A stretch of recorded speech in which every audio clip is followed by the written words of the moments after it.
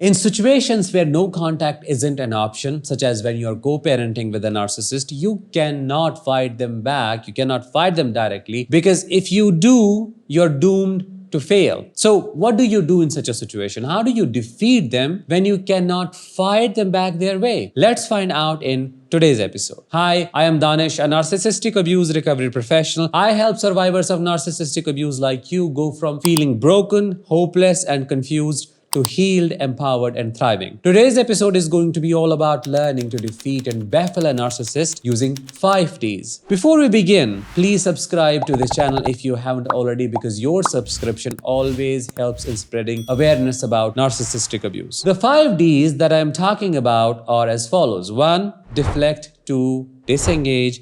3. Decline. 4. Document. 5. Decide to be your best version possible. Decide to defeat them. Let's start with number 1, deflect. This first step in this whole strategy is to learn how to deflect. This is an essential skill when dealing with a narcissist because it allows you to protect yourself from their manipulative tactics. Deflection involves redirecting the narcissist's energy back to them. Deflection is not just about ignoring the narcissist's words, it's also about not taking them personally. That is the most important thing. It involves understanding that their accusations, insults, and attempts at manipulation are not a reflection of you, but rather a reflection of them. To be able to deflect, here is an exercise you can do every time you have to have a conversation with them. You can imagine a thick psychological barrier like a glass wall between you and the narcissist. Whatever they throw at you, it bounces back off that barrier and returns to them. Their words are just that, words. They do not define you or your worth. Remember,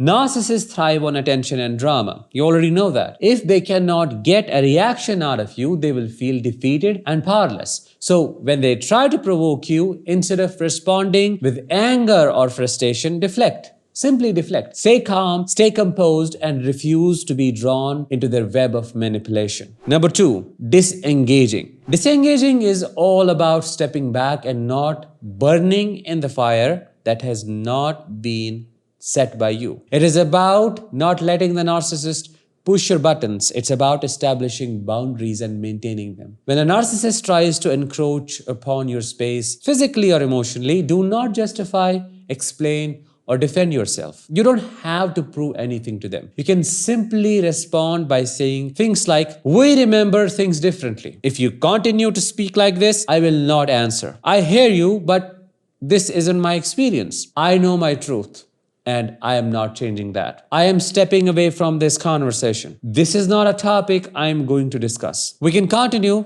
when you're ready to communicate." Remember, you have the right to remove yourself from the conversations, from the situations that are harmful or uncomfortable. You do not owe the narcissist any explanations or justifications. You do not need to respond to their baiting or engage in endless debates. Simply disengage and walk away, and that will burn a narcissist inside out. Number 3, decline. Often a narcissist will attempt to pull you back into their influence through various means. These can range from hoovering attempts where they feign remorse and promise change to more insidious strategies like gift bombing or charm offensives to make you lower your guard. When you decline, you're asserting your independence and personal autonomy. You're signaling to the narcissist that you are aware of their tactics and are no longer willing to be a part of their mind games. You're making it very clear that you have your own mind, your own will, and that you see through their tactics. Remember, the goal of these tactics is to lure you back into the narcissist's sphere of influence, where they can continue to control and manipulate you and your children. By declining these attempts, you are taking a stand for yourself and demonstrating your strength and resolve. Learning to decline can take time, especially if you have been conditioned to appease the narcissist in your life. But with practice, you can learn to recognize these hoovering attempts for what they are and draw the boundary. I would say dig in the boundary. Number 4,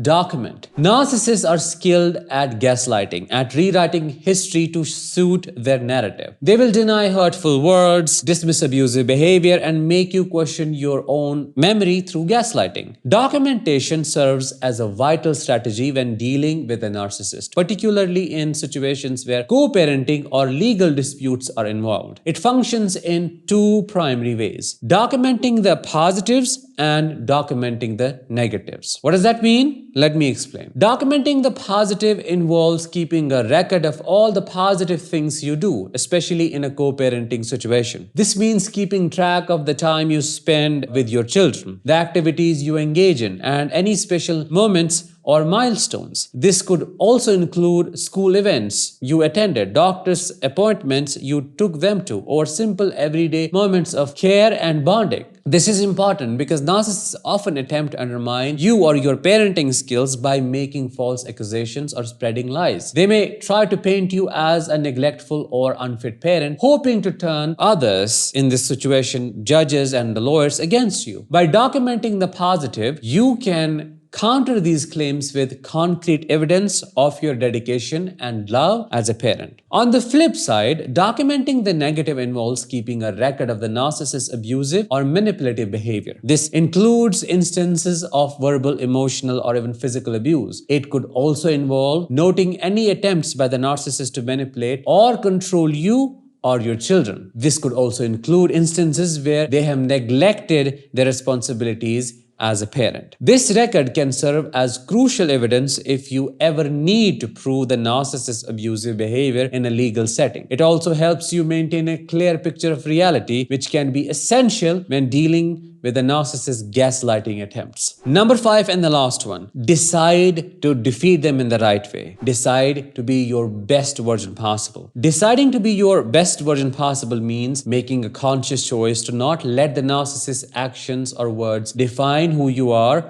or how you feel about yourself. It means choosing to prioritize your own well-being and your own mental and emotional health above everything else. Becoming your best self involves cultivating self-love, self-respect, and self-confidence. It's about acknowledging your worth and refusing to let the narcissist diminish it. It's about standing tall, standing strong, and standing firm, even in the face of the narcissist's attempts to belittle and control you. Deciding to be your best is about choosing to rise above the narcissist's negativity and choosing to live a life of authenticity, integrity, and respect. A life that you deserve. Dealing with a narcissist is challenging, but remember, you are not alone. You have the strength, the courage, and the resilience to overcome this. Use these 5 Ds as a guide to navigate your way through the turbulent waters of narcissistic abuse, especially post-separation abuse. Stay strong, stay resilient, and remember to always be your best self. That was it for today's episode. I hope you found this episode helpful and useful. If you have any questions, feel free to leave a comment below and I'll try to answer them. I'll talk with you in the next one. Until then, let the healing begin and continue.